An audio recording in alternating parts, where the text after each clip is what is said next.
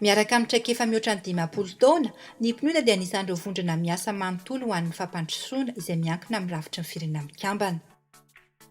Amin'ireo firenena sy faritra 700 mahery misy azy, dia mivady fantsika ny fiarah-miasa amin'ireo andrim-panjakana sy rafitra misy ao amin'ny firenena sy ny fiheveranay fa ny olom-pirenena no ivo ny fampandrosoana. Manome tantsoroka ny firenena ny PNUD mba ahafahany manatsara ny fiainan'ny mponiny. Miasa koa izahay hampihenana ny fahantrana, ny elanelana ary ny fanelikiliana.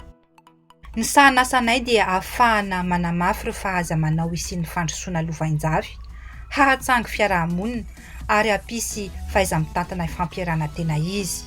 Mamporisika ny fanatanterana ny diarin'ny 304 anatin'ny drafitra fampandrosoana isam-pirenena ny PNUD sy ny fanafanganana ny fanatratrarana ny tanjo fandrosoana lovain-jafy amin'ny lahara-pahamehana apetraky ny firenena.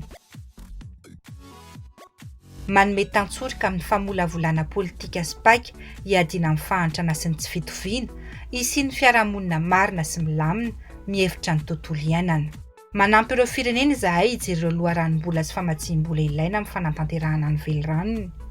Raha te hanatanteraka sahanasa fampandrosoana tokoa isika, mila miara-miasa isika hivoatra. Izay no antonasan'ny PNUD, mametraka fiara-miasa ho an'ny mponina sy ho an'ny firenena.